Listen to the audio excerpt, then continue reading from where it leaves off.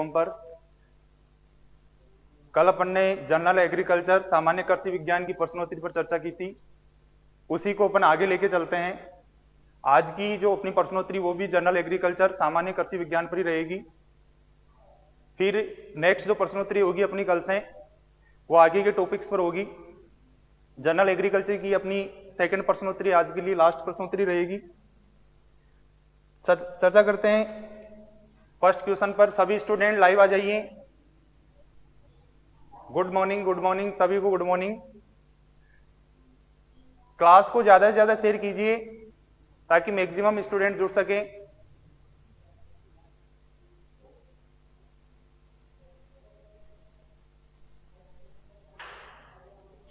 Share कीजिए and सभी class को लाइक कीजिए।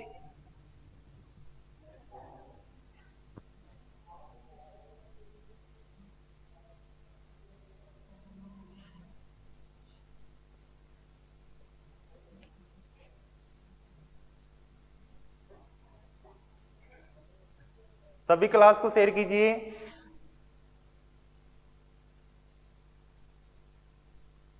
फिर शुरू करते हैं आज की धमाकेदार क्लास। फर्स्ट क्वेश्चन सभी को स्क्रीन पर दिख रहा होगा। चलो शुरू करते हैं क्लास। फर्स्ट क्वेश्चन, निम्न में से अंतरराष्ट्रीय दलहन वर्ष है international pulse year in from the following. बताइए निम्न में से कौन सा अंतरराष्ट्रीय दलहन वर्ष है। देखो option number first 2015, option number second 2016, option third 2020 और ऑप्शन फोर्थ 2021। बताइए करेक्ट आंसर क्या होगा।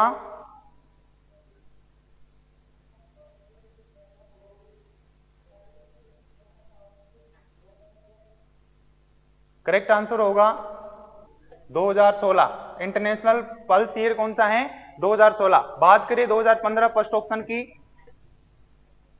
International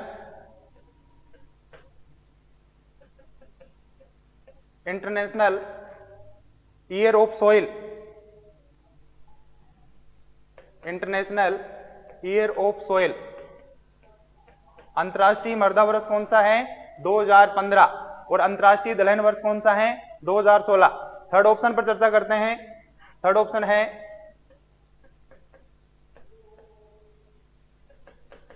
international year of plant health. सभी स्टूडेंट्स को पता होना चाहिए प्लांट हेल्थ का इंटरनेशनल ईयर कौन सा है 2020। पादप स्वास्थ्य अंतरराष्ट्रीय वर्ष, अंतरराष्ट्रीय वर्ष और पादप स्वास्थ्य कौन सा है 2020 है ना। और 2021 fourth option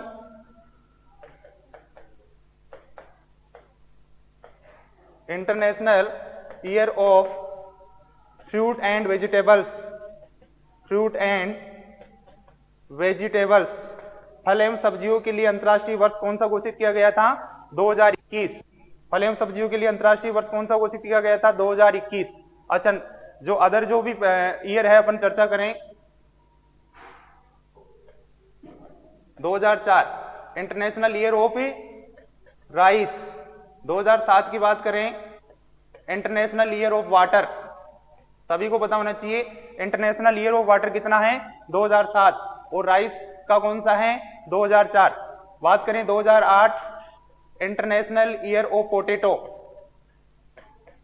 international year of potato कौन सा है 2008। 2010 है इंटरनेशनल ईयर ऑफ बायोडाइवर्सिटी, जैव विविधता अंतरराष्ट्रीय वर्ष कौन सा है 2010। एडवांस में हाल ही में 2023 कौन सा year 2023 international year of millets, international year of millets. International year of millets कौन से वर्ष को घोषित किया गया है 2023 को। चर्चा करते हैं नेक्स्ट क्वेश्चन पर। वह रसायन जो वातावरण के लिए सुरक्षित माना जाता है एवं कम जहरीला होता है उसको किस रंग से दर्शाया जाता है। बहुत ज्यादा इंपॉर्टेंट क्वेश्चन है, पूछा जाता है। The chemical that is considered to be safe for the environment and is less toxic is show by the which colour. Option number first red, option number second blue, option third yellow, option fourth green. Comment box में सभी student अपना answer put up कीजिए।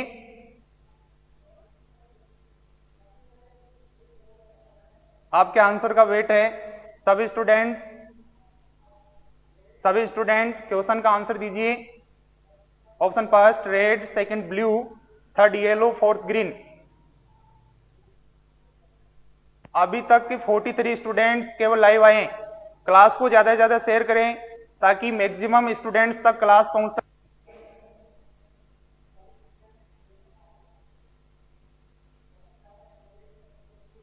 देखो less toxic होगा green. कौन सा होगा? Green.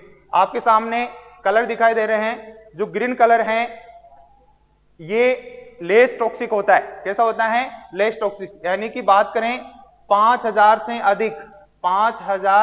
से अधिक मिलीग्राम प्रति केजी बॉडी वेट पर ये विषैला होता है। पॉइजनस कितने वेट पर होता है? 5000 से अधिक मिलीग्राम प्रति केजी बॉडी वेट पर ये विषैला होता है।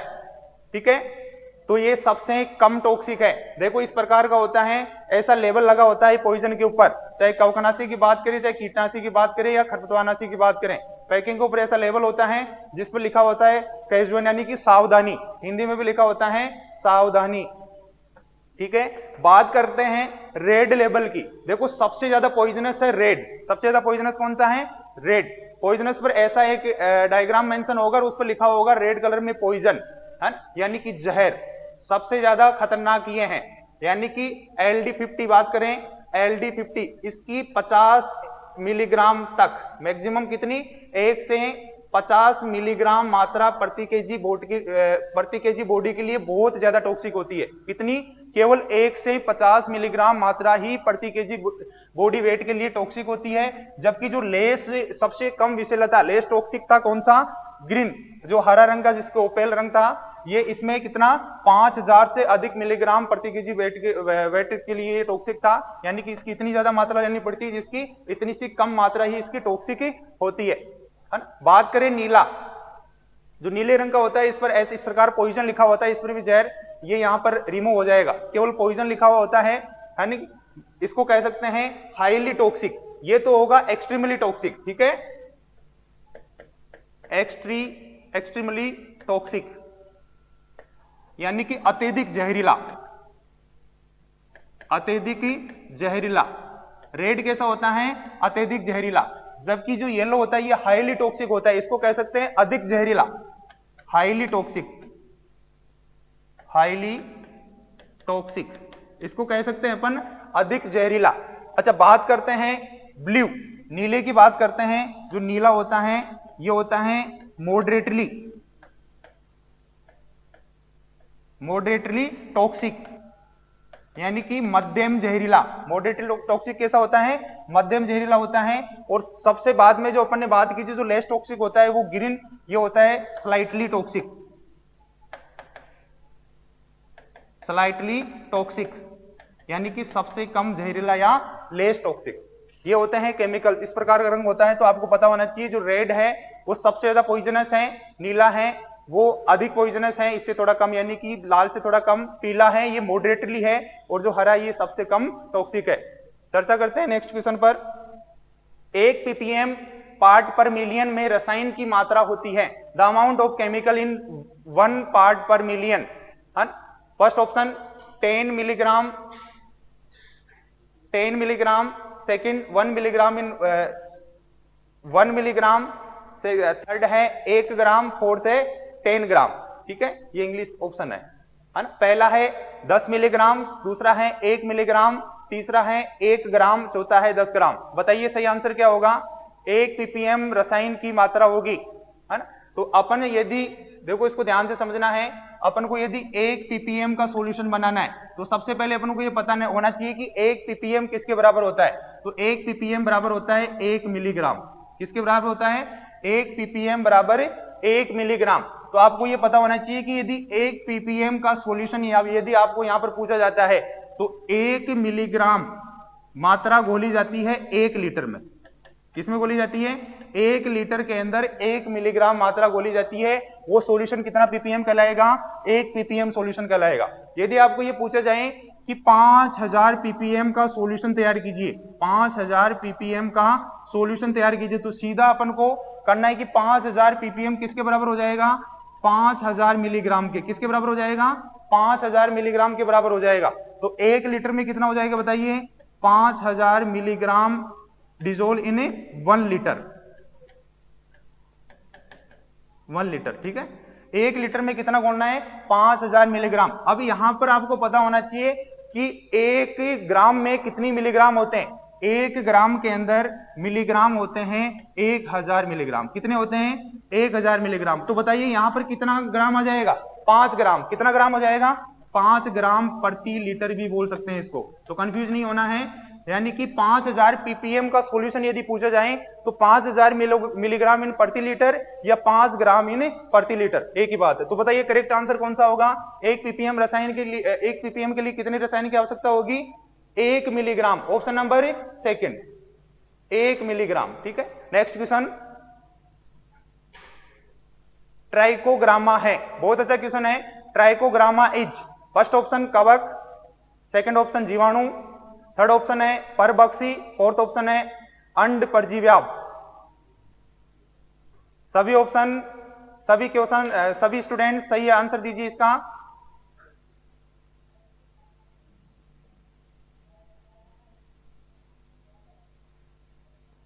स्टूडेंट्स क्लास को ज्यादा से ज्यादा शेयर कीजिए। अभी 57 बच्चे ही लाइव आ पाए। अधिकतम स्टूडेंट्स तक ये क्लास शेयर होनी चाहिए।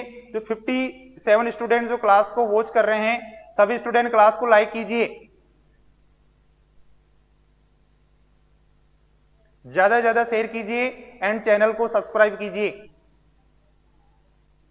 बताइए सही आंसर क्या होगा?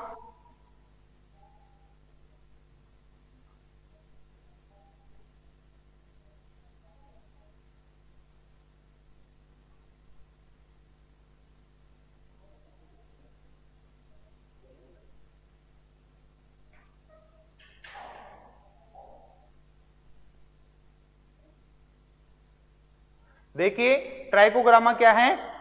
अंड परजीव्याप। एक पैरासिटोइड है। क्या है? एक पैरासिटोइड। एक पैरासिटोइड कौन से गण के कीटों पर रहता है? लेपिडोप्टेरा गण के कीटों पर। लेपिडोप्टेरा, लेपिडोप्टेरा गण के कीटों के बीच में यानी मध्य में जो ये ट्राइकोग्रामा है वो अंडे देता है ना। और इसकी एक प्लेट पर बात करें, एक प्लेट पर 16,000 अंडे होते हैं। एक कार्ड पर कितने अंडे होते हैं? 16,000 अंडे प्रति कार्ड। ट्राइकोग्रामा के एक कार्ड पर कितने अंडे होते हैं? 16,000 अंडे होते हैं। ठीक है, इस प्रकार 1 हेक्टेयर में 3 से 7 कार्ड प्रति हेक्टेयर।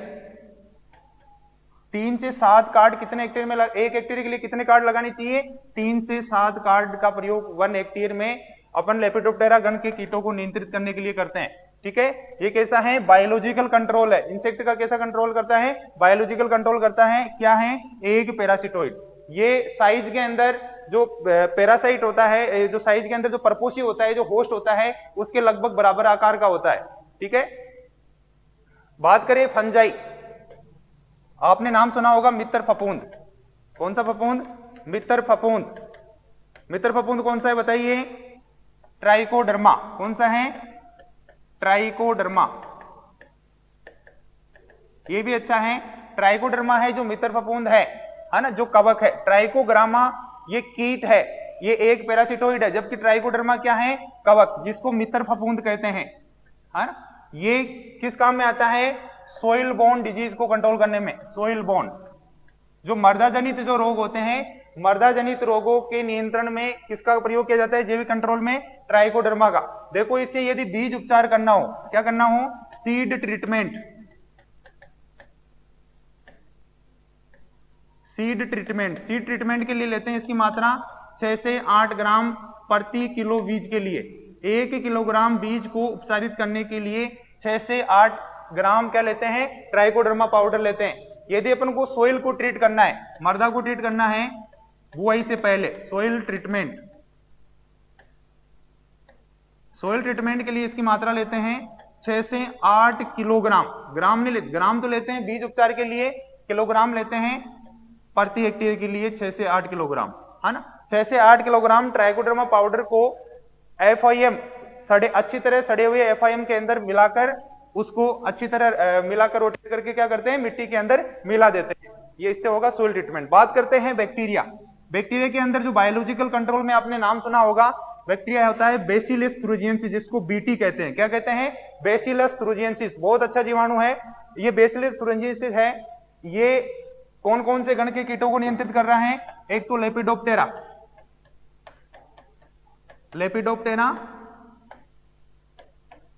Diptera and Coleoptera.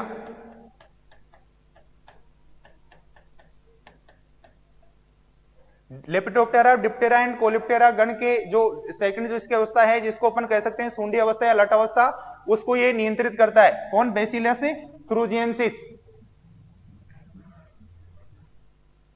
अगला क्वेश्चन, पोमोलॉजी किस भाषा का शब्द है? Pomology is the word of which language? कौन सी भाषा का होगा? Option number first Latin, Greek, second Greek और लैटिन, थर्ड ऑप्शन है अरबी और ग्रीक, फोर्थ ऑप्शन है लैटिन व अरबी। बताइए सही आंसर क्या होगा?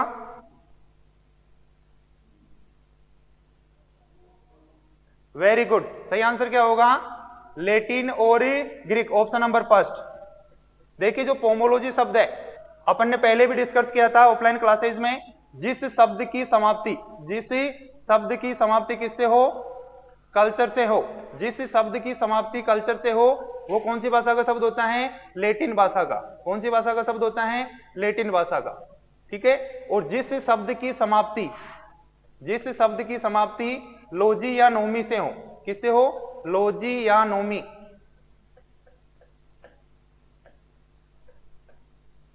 ये होते हैं ग्रीक भाषा के शब्द। कौन सी भाषा के शब्द होते हैं? ग्रीक भाषा के शब्द। लेकिन यहां पर कुछ अपवाद है। जैसे बात करें, अपन ने पढ़ा कि कल्चर शब्द से जिस शब्द की समाप्ति होती है वो लैटिन भाषा का शब्द है। लेकिन यहां पर एक अपवाद है। कौन सा अपवाद है? Lake culture. कौन सा है? Lake culture. लेक कल्चर यानी कि लाख का उत्पादन, है ना, या लाख कीट पालन यानी कि लाख का उत्पादन। लेक कल्चर जो है, जो यहां पर लेक जो शब्द है ये संस्कृत भाषा का शब्द है। कौन सी भाषा का शब्द है? संस्कृत भाषा का शब्द है। और संस्कृत भाषा के शब्द किससे बना हुआ है? लक्सिकस, लाखा से बना हुआ है, LAKSH, लाक्सा से बना हुआ है। कौन सा शब्द? लेक शब्द। और कल्चर कौन सी भाषा का शब्द है? लैटिन भाषा का शब्द है ना। तो अपने पढ़ा था कि जिस शब्द की समाप्ति कल्चर से वो लैटिन भाषा का होता है। लेकिन यहाँ पर लेक कल्चर क्या है? अपवाद। ये कौन कौन सी भाषा का शब्द है? संस्कृत और लैटिन दोनों का है। जहां बात करते हैं पोमोलॉजी की, ये भी अपवाद है, पोमोलॉजी। अपने पढ़ा कि जिन शब्दों की समाप्ति लॉजी से हो, कौन सी भाषा के होते हैं? ग्रीक भाषा के। लेकिन यहां पर जो पोमो शब्द है ये पोमम, किससे? पोमम। पोमम कौन सी भाषा का शब्द है? लैटिन भाषा का शब्द है। लैटिन भाषा के शब्द पोमम प्लस लोगोस से मिलकर बना है। किससे मिलकर बना है? लोगोस। लोगोस कौन सी भाषा का शब्द है? ग्रीक भाषा का शब्द है। तो यहां पर जो पोमोलॉजी शब्द है वो उसका करेक्ट आंसर क्या होगा? लैटिन और ग्रीक दोनों। ठीक है। बात करते हैं थर्ड ऑप्शन पर, जो अरबी जो शब्द आया है, जो अरबी भाषा का शब्द है वो कौन सा है? मानसून। कौन सा शब्द है? जो मानसून जो शब्द है अपन ने मीटोलॉजी में पढ़ा था, वो अरबी भाषा का शब्द है ना। और अरबी भाषा के शब्द किससे मिलकर बना है? मौसिम से मिलकर बना है। किससे? मौसिम। मौसिम का अर्थ है ऋतु परिवर्तन या सीजन चेंज। ठीक है। मौसिम का शाब्दिक अर्थ क्या है? ऋतु परिवर्तन या सीजन चेंज। नेक्स्ट चर्चा करते हैं अगले क्वेश्चन पर। केवीके की स्थापना किस कमेटी की अनुशंसा थी? Which committee was recommended to establish KVK? है ना। कौन सी कमेटी की अनुशंसा से केवीके की स्थापना की गई? Option number first Ashok Mehta, option number second Mohan Singh Mehta, option third Lord Linlithgow, fourth option है मनोहर सिंह। तो बताइए करेक्ट आंसर क्या होगा?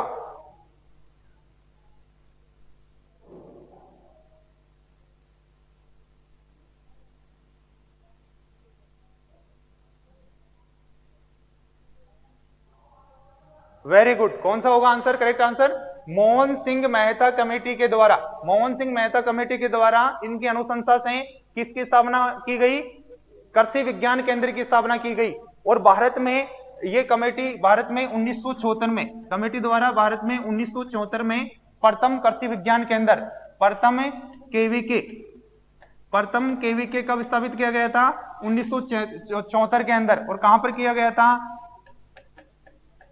पांडिचेरी तमिलनाडु के अंदर।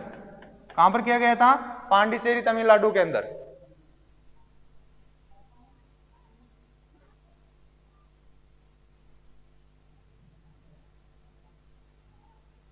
सेकंड बात करें, राजस्थान का पहला केवीके कब स्थापित किया गया था? 1976 1976 में। 1976 में कहां पर किया गया था? फतेहपुर शेखावटी सिक्कर, फतेहपुर सिक्कर है ना, फतेहपुर सिक्कर के अंदर राजस्थान का पहला केवीके कब एस्टेब्लिश किया गया था? 1976 में, 1976। बात करें थर्ड ऑप्शन की, लॉर्ड लिंगलिथगो है ना, ये क्या थे? Royal commission. जो रॉयल कमीशन था, रॉयल कमीशन ऑफ एग्रीकल्चर, जो रॉयल कमीशन था एग्रीकल्चर का, उसके चेयरमैन थे। और रॉयल कमीशन के द्वारा किसकी स्थापना की गई थी? आईसीआर की स्थापना। आईसीआर की स्थापना किसकी अनुशंसा से की गई थी? रॉयल कमीशन ऑफ एग्रीकल्चर की अनुशंसा से। ठीक है, कब की गई थी? 16 जुलाई 1929। और रॉयल कमीशन बना था 1926 में। ठीक है,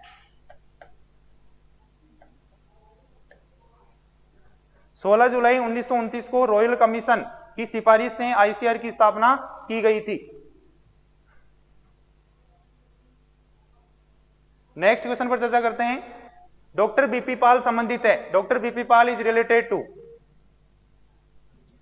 option number first director general of ICR, option second worked on wheat, third option worked on rose, fourth option all of these. बताइए सभी स्टूडेंट्स, करेक्ट आंसर क्या होगा?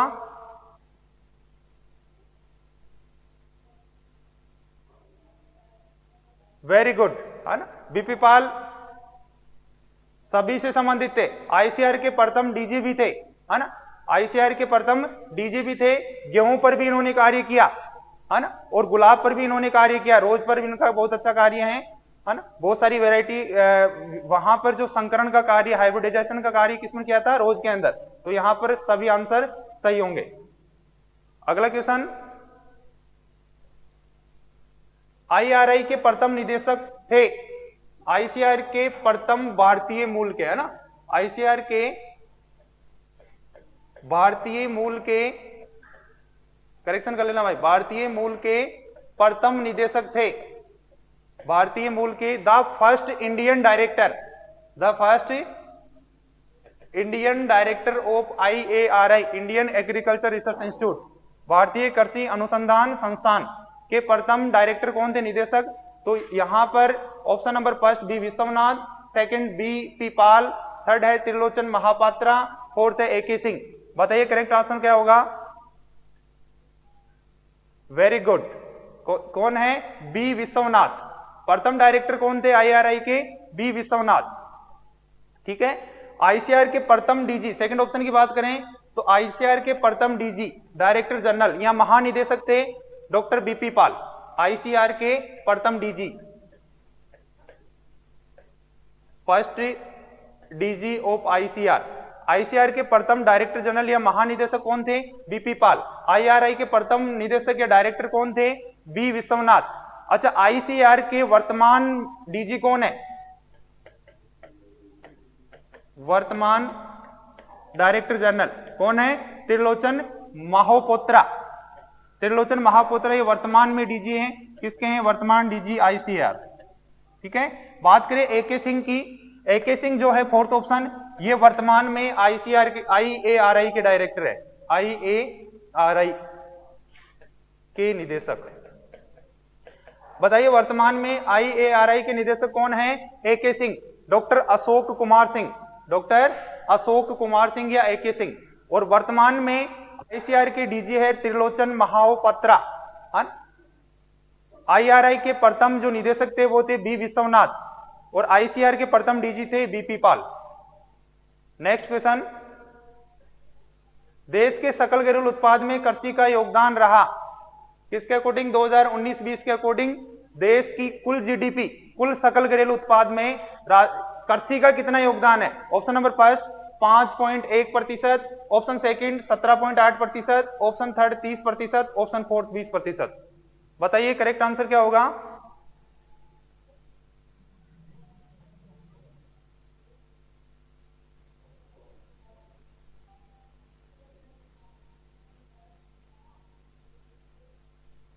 वेरी गुड, कितना होगा? 17.8%।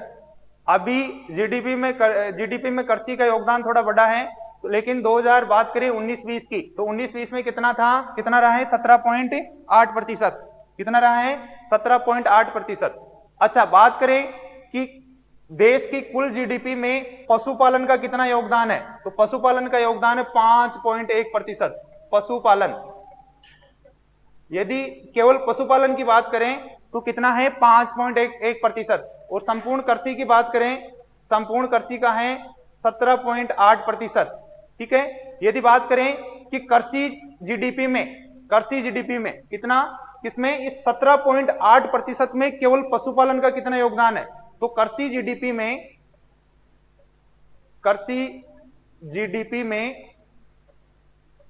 पशुपालन का योगदान, कृषि जीडीपी में पशुपालन का योगदान, कृषि जीडीपी में पशुपालन का योगदान कितना है? 30%। ठीक है, इस 17.8% जो योगदान है कुल जीडीपी में, इसमें 30% योगदान किसका है? पशुपालन का है। यदि बात करें कि भारत की कुल जीडीपी में पशुपालन का योगदान पूछे तो 5.1% है, लेकिन कृषि जीडीपी की बात करें तो कृषि के अंदर पशुपालन का योगदान कितना है? 30%। नेक्स्ट क्वेश्चन, राजस्थान में कुल कितने कृषि विज्ञान केंद्र है? बहुत अच्छा क्वेश्चन है। राजस्थान में कुल कितने कृषि विज्ञान केंद्र हैं? There are total KVK in Rajasthan. Option number first 722, option number second 44, option number third 63, option fourth 62। बताइए करेक्ट आंसर क्या होगा? सभी स्टूडेंट्स बताइए करेक्ट आंसर क्या होगा? Very good. कितने केवीके हैं राजस्थान में? 44। राजस्थान में टोटल केवीके हैं 44। भारत में बात करें तो भारत में कुल कृषि विज्ञान केंद्र हैं 722।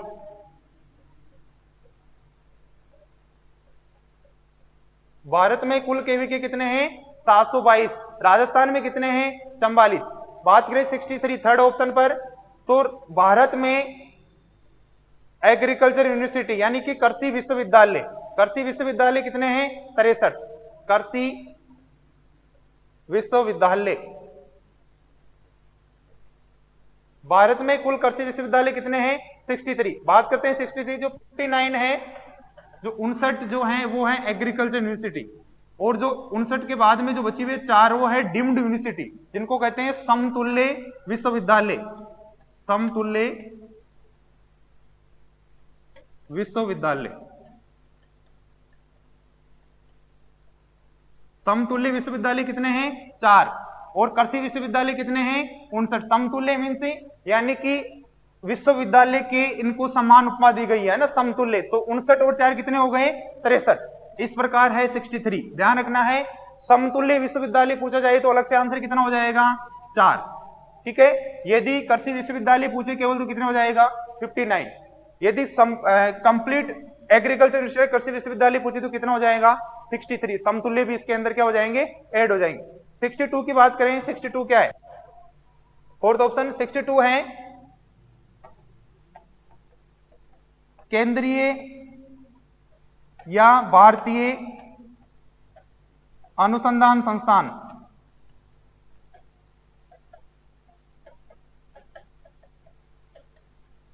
भारत के अंदर केंद्रीय और जो भारतीय अनुसंधान संस्थान है उनकी संख्या कितनी है? 62, 62। जो केंद्रीय और भारतीय अनुसंधान संस्थान है वो कितने हैं? 62। ब्यूरो कितने हैं? कृषि से संबंधित ब्यूरो है 6। कृषि से संबंधित ब्यूरो कितने हैं? 6 ब्यूरो हैं। भारत में कृषि से संबंधित ब्यूरो कितने हैं? 6।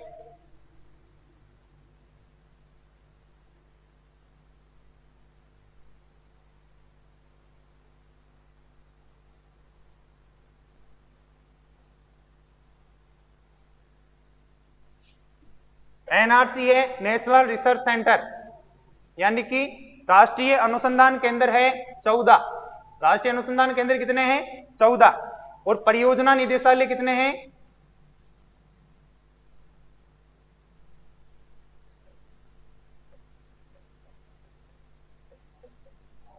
परियोजना निदेशालय, परियोजना निदेशालय कितने हैं?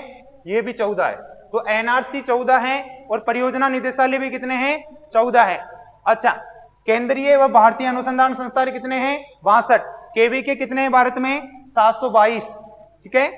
अच्छा, एग्रीकल्चर यूनिवर्सिटी या कृषि विश्वविद्यालय कितने हैं? 63। और केंद्रीय कृषि विश्वविद्यालय कितने हैं? 3। केंद्रीय कृषि विश्वविद्यालय कितने हैं? 3। नेक्स्ट, पश्चिमी राजस्थान में पाई जाने वाली प्रमुख सेवन घास का वानस्पतिक नाम है? The botanical name of sewan ghas in mainly found in western Rajasthan. Mainly found in western Rajasthan. Option number first Lasiurus sindicus, option second Cynodon dactylon, option third Cenchrus ciliaris, option fourth Prosopis cineraria. बताइए correct answer क्या होगा?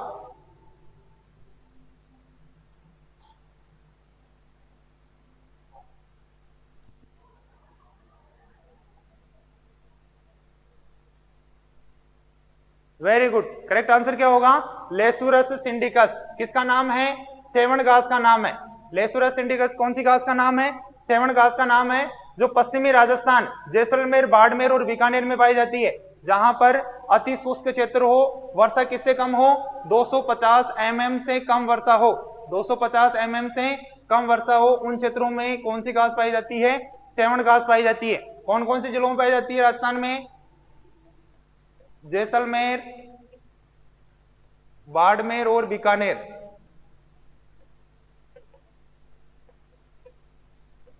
और कुछ इससे जोधपुर में भी पाई जाती है। ठीक है। बात करें सेकंड ऑप्शन साइनोडोन डेक्टाइलोन, ये किसका नाम है? दूब घास का। किसका वैज्ञानिक नाम है? दूब घास का। देखो सेवन घास इस प्रकार की होती है दिखने में। सेवन घास कैसी होती है? सेवन घास यूं होती है जो रेगिस्तान में पाई जाती है। अच्छा, सेंकरस सिलियरिस, ठीक है, ये है दामन घास। कौन सी घास है? दामन घास, जिसको क्या कहते हैं? अंजन घास भी कह देते हैं। कौन सी घास कहते हैं? अंजन घास। सेंकरस सिलियरिस किसका नाम है? दामन घास, या इसको कहते हैं अंजन घास। तो ये आपको साइंटिफिक नेम पता होने चाहिए। लेसुरस जो सिंडिकस है वो सेवन घास का नाम है, साइनोडोन डेक्टाइलोन है ये दूब घास का नाम है, सेंकरस सिलियरिस ये है दामन घास या अंजन घास का नाम है। बहुत ज्यादा इंपॉर्टेंट है, ये आपको पता होना चाहिए। नेक्स्ट है प्रोसोपिस सिनेरेरिया, ये किसका साइंटिफिक नेम है? खेजड़ी का। किसका है? खेजड़ी। खेजड़ी क्या है? अपना राज्य वृक्ष, राजस्थान का राज्य वृक्ष है खेजड़ी। ठीक है। इसे थार का कल्प वृक्ष भी कहते हैं। इसे क्या कहते हैं? थार का कल्प वृक्ष भी कहते हैं। थार का कल्प वृक्ष किसे कहते हैं? प्रोसोपिस सिनेरेरिया को, खेजड़ी को।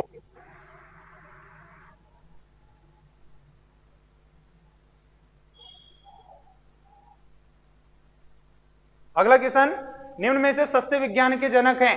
Is the father of agronomy.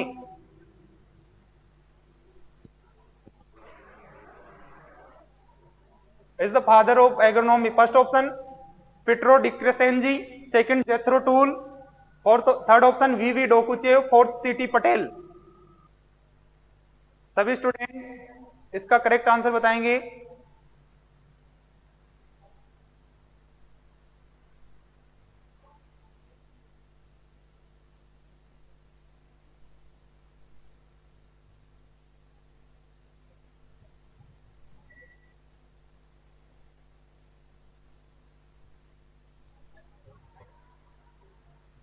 Very good, very good, correct answer क्या होगा? पिट्रो डिक्रेसेन जी। एग्रोनॉमी के फादर कौन है? पिट्रो डिक्रेसेन जी, सबको पता होना चाहिए, सस्य विज्ञान के पितामह है पिट्रो डिक्रेसेन जी। सेकंड ऑप्शन की चर्चा करें, जेथरो टूल है, ये खरपतवार विज्ञान के जनक है। कौन से विज्ञान के जनक हैं? खरपतवार विज्ञान के जनक, father of weed science. Father of weed science कौन है? Jethro Tull. बात करें वी डोक्यूचेव, अच्छा जेथरो टूल ने एक और शब्द दिया था, भू परिष्करण शब्द। कौन सा शब्द दिया था?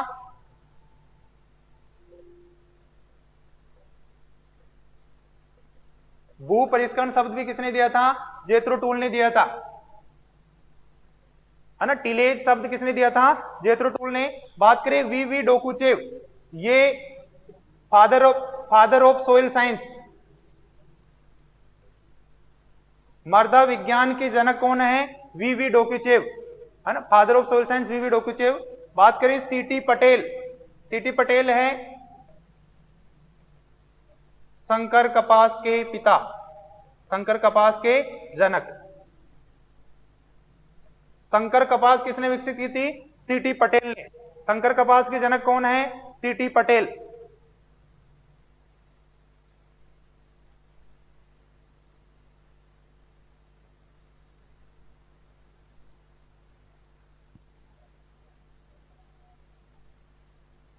अच्छा, एक बीटी कॉटन था, बीटी कॉटन के जनक कौन है?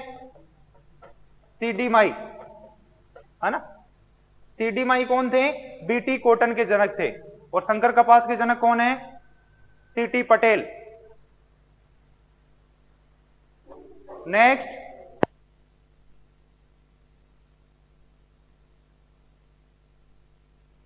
अगला क्वेश्चन, राष्ट्रीय जैव उर्वरक विकास केंद्र कहां स्थित है? Where is the national bio fertiliser development centre located? First option Ghaziabad, second Kanpur, third Jhansi, fourth Lucknow. बताइए करेक्ट आंसर क्या होगा?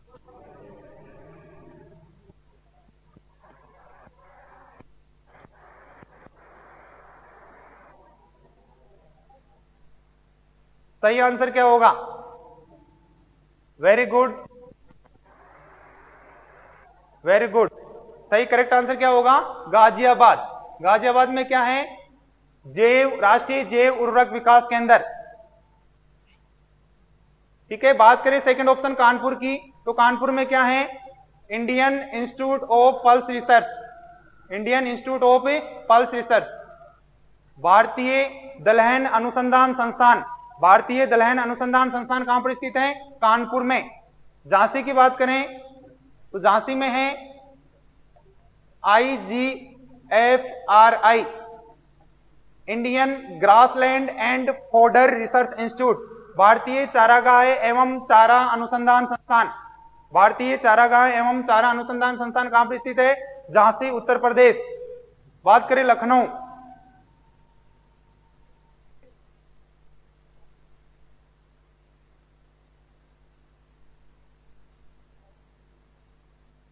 लखनऊ में Indian institute of sugar cane research, भारतीय गन्ना अनुसंधान संस्थान। भारतीय गन्ना अनुसंधान संस्थान कहां पर है? लखनऊ के अंदर। गन्ने का एक और इंपोर्टेंट इंस्टीट्यूट है शुगर केन ब्रीडिंग इंस्टीट्यूट, ये कोयम्बटूर तमिलनाडु में। कहां पर है?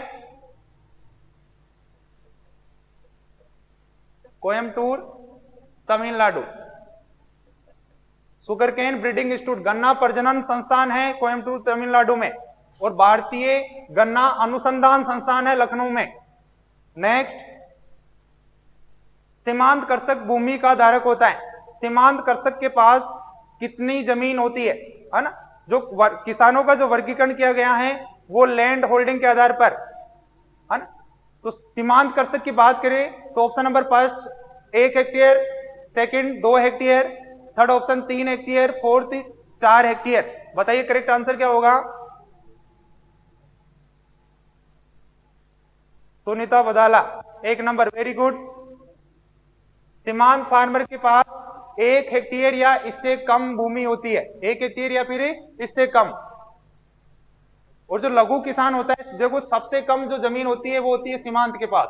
जो सीमांत फार्मर होता है उसके पास लैंड होती है लेस देन 1 हेक्टेयर या फिर 1 हेक्टेयर। ठीक है, बात करें सेकंड लघु किसान, तो लघु फार्मर या जिसको स्मॉल फार्मर कहते हैं, मार्जिनल फार्मर एंड, ये मार्जिनल फार्मर हो गया, स्मॉल फार्मर हो गया। स्मॉल फार्मर के पास होती है 1 to 2 हेक्टेयर, 1 से 2 हेक्टेयर जमीन किसके पास? लघु किसान के पास। तो जहां पर जो 2 हेक्टेयर है ये चला जाएगा स्मॉल फार्मर। लघु किसान के पास 1 से 2 हेक्टेयर तक लैंड होती है। बात करें जो मध्यम होते हैं उनके पास होती है लैंड 2 से 4 हेक्टेयर, 2 से 4 हेक्टेयर जो जमीन होती है वो मध्यम किसान के पास होती है। बात करें जो बड़े फार्मर्स होते हैं, जो बड़े फार्मर होते हैं उनके पास होती है मोर देन 4 हेक्टेयर, 4 हेक्टेयर से अधिक।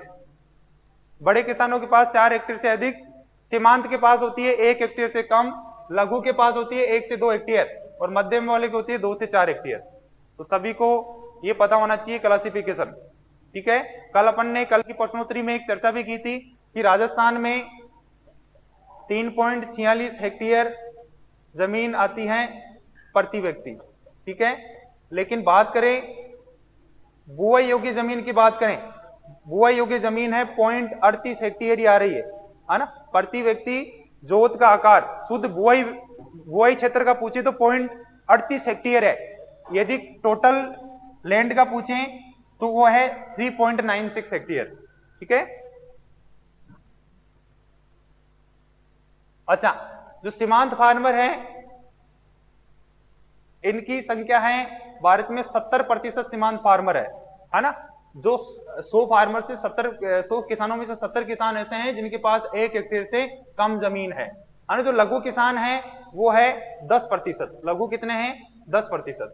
बाकी बड़े फार्मर्स कितने हैं? 5%। बड़े फार्मर्स 5% ही है। सीमांत फार्मर सबसे ज्यादा 70% और लघु किसान है 10%, यानी कि दोनों मिलाकर कितने हैं? 80%। नेक्स्ट, योजना आयोग के अनुसार भारत को कितने जलवायु क्षेत्रों में बांटा गया है? According to the planning commission India has been divided into how many climatic zones. ठीक है, योजना आयोग के अनुसार कितने भागों में बांटा गया है?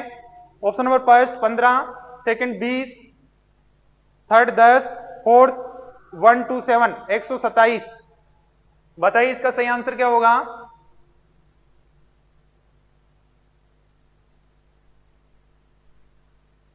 सही आंसर बताइए।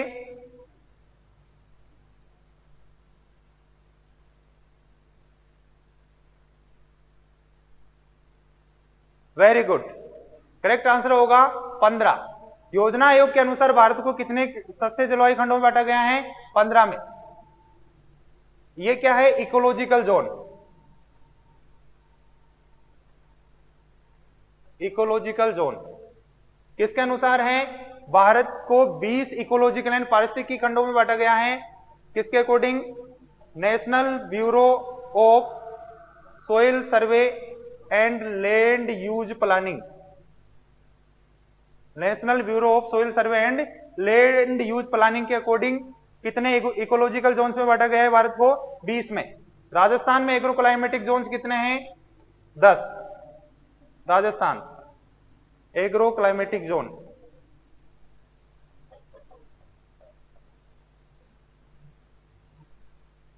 आईसीआर एक प्रोजेक्ट है, national agriculture research project.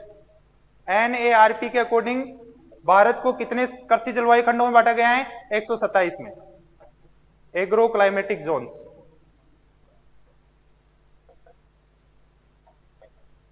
Bharat को नेशनल एग्रीकल्चर रिसर्च प्रोजेक्ट के अकॉर्डिंग 127 एग्रो क्लाइमेटिक जोन्स में बांटा गया है।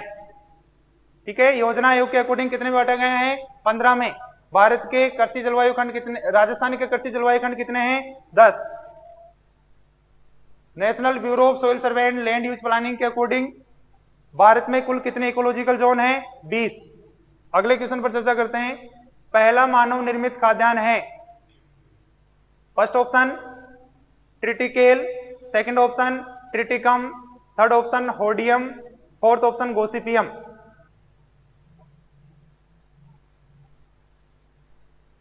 सभी स्टूडेंट करेक्ट आंसर बताइए।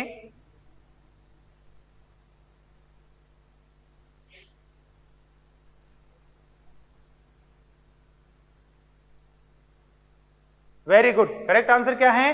ट्रिटिकेल।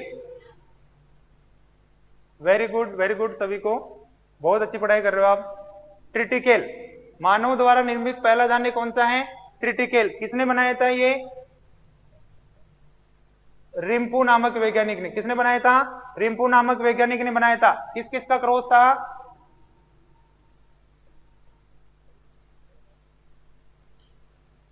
व्हीट एंड राई, है ना? ट्रिटिकम एस्टिवम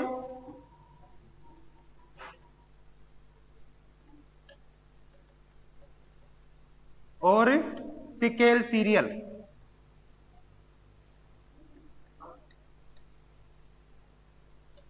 ट्रिटिकम एस्टिवम और सिकेल सीरियल का क्रॉस था। देखिए हेक्साप्लॉइड कितने गुणसूत्र? 42। और यहां पर कितने राई में? 14। यहां से आ गए 21 और यहां से कितने आ गए? 7। कितने हो गए? 28। ये है F1 हाइब्रिड। क्या है? F1 hybrid. और यहां पर क्या होगा? Chromosome doubling.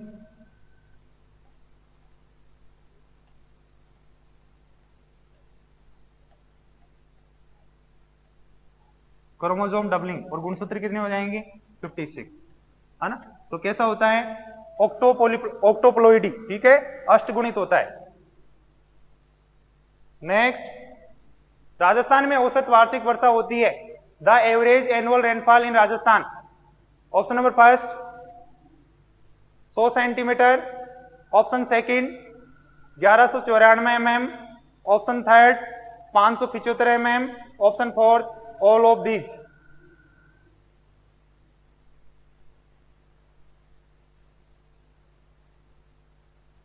बताइए। वेरी गुड, सुनीता ने थर्ड 575 mm। वेरी गुड, सभी का आंसर सही है, 575 mm, ठीक है। या फिर अपन बोल सकते हैं 57.5 सेंटीमीटर। सेंटीमीटर में कितना हो जाएगा? 57.5 सेंटीमीटर। फर्स्ट ऑप्शन पर चर्चा करें, जो 100 सेंटीमीटर है, ये है वर्ल्ड। किसकी है? विश्व में होने वाली वर्षा कितनी है? 1000 mm या फिर 100 सेंटीमीटर, ठीक है। विश्व में कुल कितनी वर्षा होती है? वार्षिक वर्षा 1000 mm या फिर 100 सेंटीमीटर। बात करें 1194 mm, ये होती है भारत में इंडिया एनुअल रेनफॉल, ठीक है, या फिर 119.4 सेंटीमीटर, ठीक है। भारत में वार्षिक वर्षा कितनी होती है? 1194 mm या फिर 119.4 सेंटीमीटर। क्वेश्चन ऑप्शन में कई बार 1200 mm भी देता है ना, तो यहां पर कंफ्यूज नहीं होना है।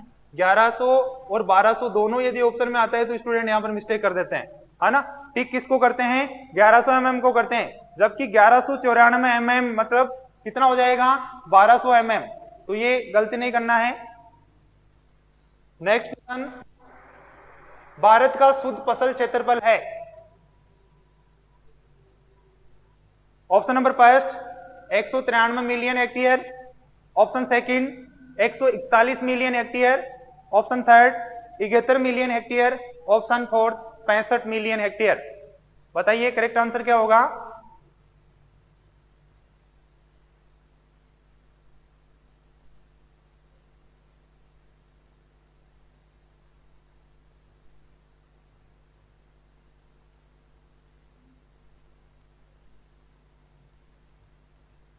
नेहा नेटवाल 3 नंबर, सुभाष शिवरान 1 नंबर,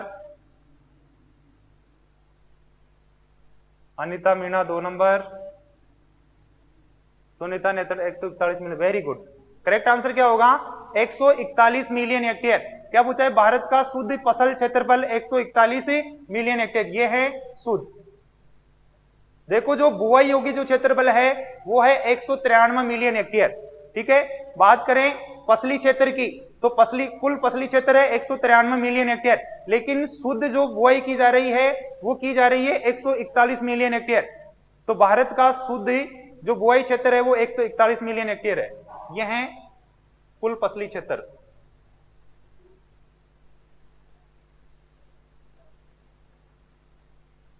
कुल पसली क्षेत्र कितना है? 193 मिलियन हेक्टेयर। और टोटल एरिया की बात करें तो है 328 मिलियन हेक्टेयर। भारत का कुल क्षेत्रफल कितना है? 328 मिलियन हेक्टेयर, है ना। उसमें से फसली क्षेत्र का है 193 मिलियन हेक्टेयर, उसमें से भी शुद्ध फसल जो शुद्ध क्षेत्र में फसल बोई जा रही है वो है 141 मिलियन हेक्टेयर। ठीक है, नेक्स्ट, अमरूद का उत्कृष्ट केंद्र कहां स्थित है? Where is the centre of excellence of guava is located? First option Bassi Jaipur, second Kota, third Devdawas Tonk, fourth Khemri Dholpur.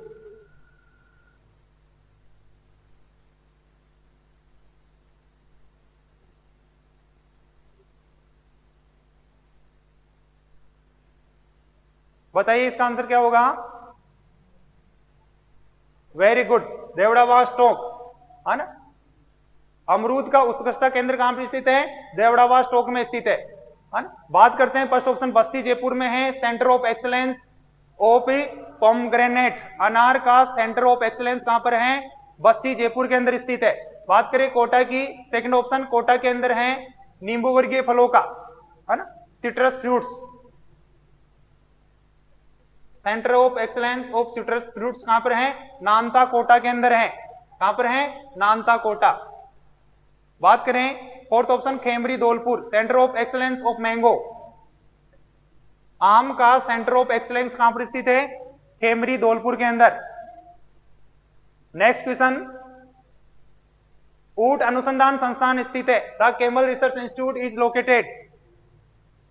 Option number first Jorbeer, option number second Sewar, option number third Varanasi, fourth Avikanagar.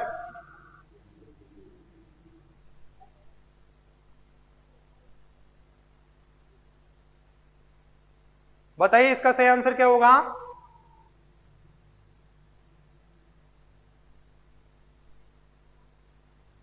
Very good, कहां पर है? जोहड़बीड़ बीकानेर में। कहां पर स्थित है? जोहड़बीड़ बीकानेर में राष्ट्रीय ऊन अनुसंधान संस्थान है। क्या नाम है? पूरा नाम है राष्ट्रीय ऊंट अनुसंधान संस्थान, ये है जोहड़बीड़ बीकानेर। बात करें सेवर, सेकंड ऑप्शन सेवर भरतपुर में क्या है? DRMR, directorate of rapeseed and mustard research, directorate of rapeseed and mustard research. भारतीय सरसों एवं तोरिया अनुसंधान कहां पर स्थित है? सेवर भरतपुर में। वाराणसी की बात करें, यहां पर है Indian institute of vegetable research, IIVR, Indian institute of vegetable research कहां पर है? वाराणसी उत्तर प्रदेश में। Avikanagar,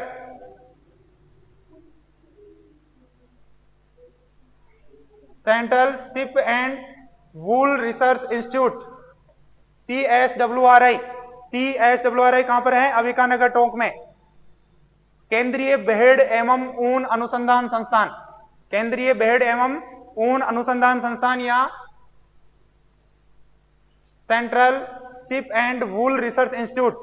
very good. Next, S Nagarajan ने निम्न में से किस पर कार्य किया? S Nagarajan worked on which of the following? पहला ऑप्शन है शंकर चावल, सेकंड है सुपर चावल, थर्ड ऑप्शन है सुनहरा चावल, फोर्थ ऑप्शन है सुपर गेहूं। बहुत अच्छा क्वेश्चन है, बहुत अच्छा क्वेश्चन है।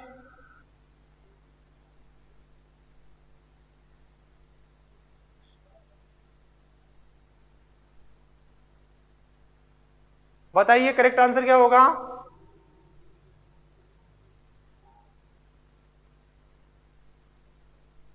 सेकंड सुपर चावल, fourth Anita Chaudhary fourth.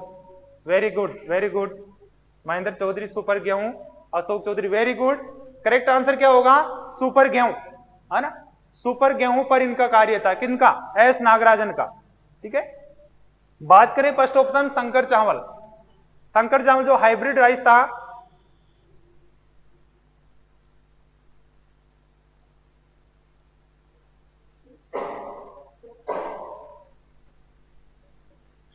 Yuan लोंग पिंग, ठीक है। युआन लोंग पिंग के किसका कार्य किस पर था? शंकर चावल पर। युआन लोंग पिंग का कार्य किस पर था? शंकर चावल या हाइब्रिड राइस। बात करिए सुपर चावल, सुपर चावल पर किसका कार्य था? डॉक्टर जीएस खुश, डॉक्टर जीएस खुश।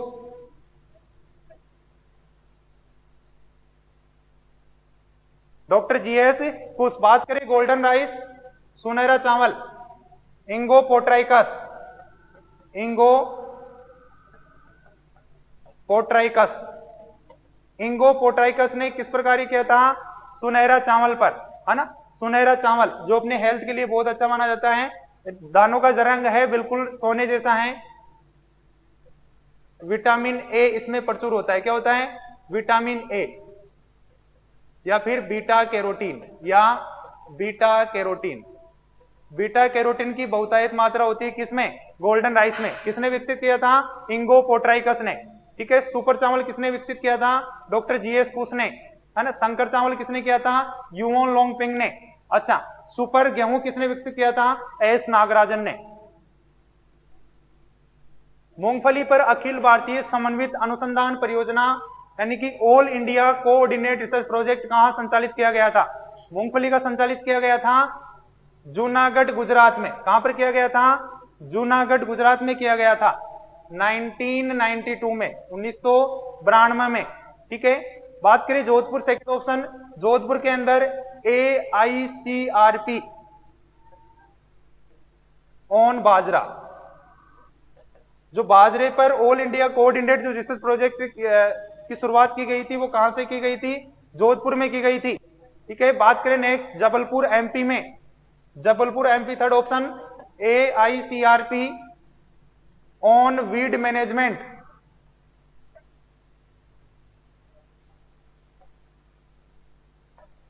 है ना। All India coordinate research project on किस पर? वीड मैनेजमेंट, खरपतवार प्रबंध, है ना। अखिल भारतीय समन्वित अनुसंधान परियोजना किसका? खरपतवार प्रबंध का। ये कहां पर? जबलपुर MP में। इंदौर MP की बात करें तो all India coordinate research project on soybean. देखो जो सबसे पहला जो AICRP किया गया था स्टार्ट, AICRP ऑन मेज, AICRP ऑन मेज कब शुरू किया गया था? 1957, है ना। फसलों के अंदर सबसे पहले all India coordinate research project शुरू किया गया था मक्का पर, है ना। और कब किया गया था? 1957 में, सबसे पहला यही था, ठीक है। अगला क्वेश्चन, मधुमक्खी पालन कहलाता है, bee keeping is called. Option number first lac culture, option second apiculture, option third sericulture, option fourth moriculture. बताइए करेक्ट आंसर क्या होगा?